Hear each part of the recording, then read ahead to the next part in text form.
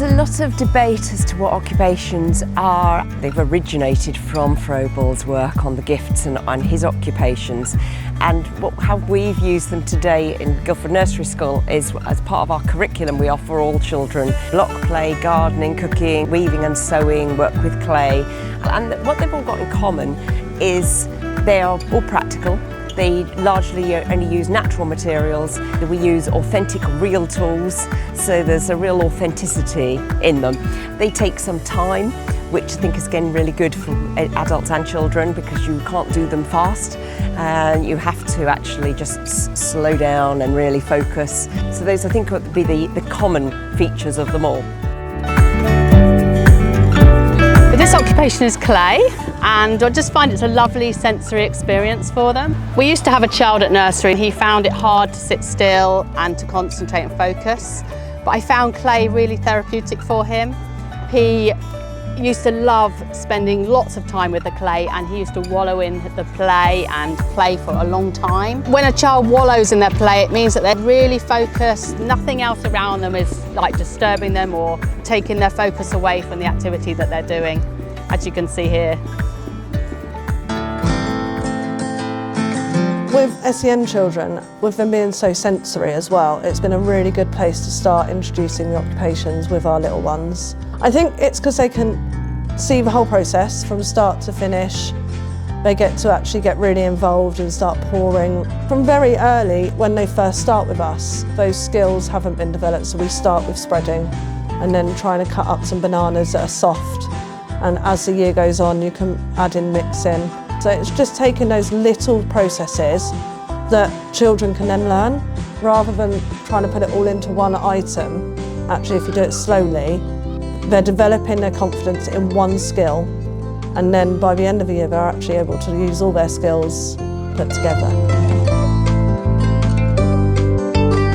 Here at Guildford Nursery School, we've got lots of blocks. We've developed our block play over the last few years. Because they are so open-ended, and we model alongside the children in the early stages of when they're learning to play with the blocks. The adult who is there, we see that as a really important role. You can't just leave children with the blocks and expect them to build up to those levels. You need the adult who's interested, and you can see that they were involving me in their play. They wanted me to participate, they wanted to show me things, but also I'm happy to step back when they don't want me and just be that person watching on as well, but always valuing their blocks play and what they're doing. That's really important. I started doing sewing at the nursery a few years ago, and I like it because it really focuses the children, and it seems even when the nursery is really busy that the children will come and join in with what you're doing because they're just interested in something that they haven't seen before. I realised quite quickly that it is more than just a needle and thread, which is what I started with, and I quickly realised that that's actually quite tricky for children. So thinking about where the children are at and what their skills and knowledge are, we went right back to using things like pipe cleaners and spaghetti and things that we already had in the nursery, using colanders, toilet rolls and hole punches to create holes, using leaves and sticks from the garden, so using lots of natural and recycled resources. Today we were digging a hole. I asked one of the children, is your hole big enough? She tested it, it wasn't. She knew it needed to be bigger, she said. The little boy a bit later on talked about it not being wide enough. So a really good word for him to use, and we also talked about deep. Is it deep enough? So it's all this mathematical language that you can bring into. Had some children earlier who were comparing their beans, and they talked about one was taller, the tallest, and shall we measure it? So that we're using all these words all the time, so the children use them commonly in play and when they're gardening, because actually when we're gardening, it's very serious.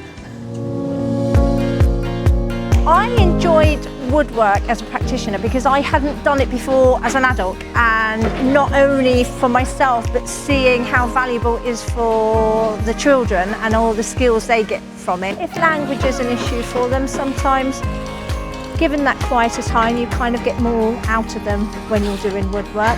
Not only that, of course, they're getting all the physical development, so they're strengthening their hands through their writing and their drawings and their painting, but also they're doing what they've seen adults do, which to a 3-year-old is a massive thing. What they add to children's well-being and involvement and learning, and also to staff's well-being, it cannot almost be captured really and truly, I think, because they do make you just slow everything down, because you can't do sewing fast or woodwork fast or even cooking. It is a slow pace. And actually that really encourages communication. It really supports relationships.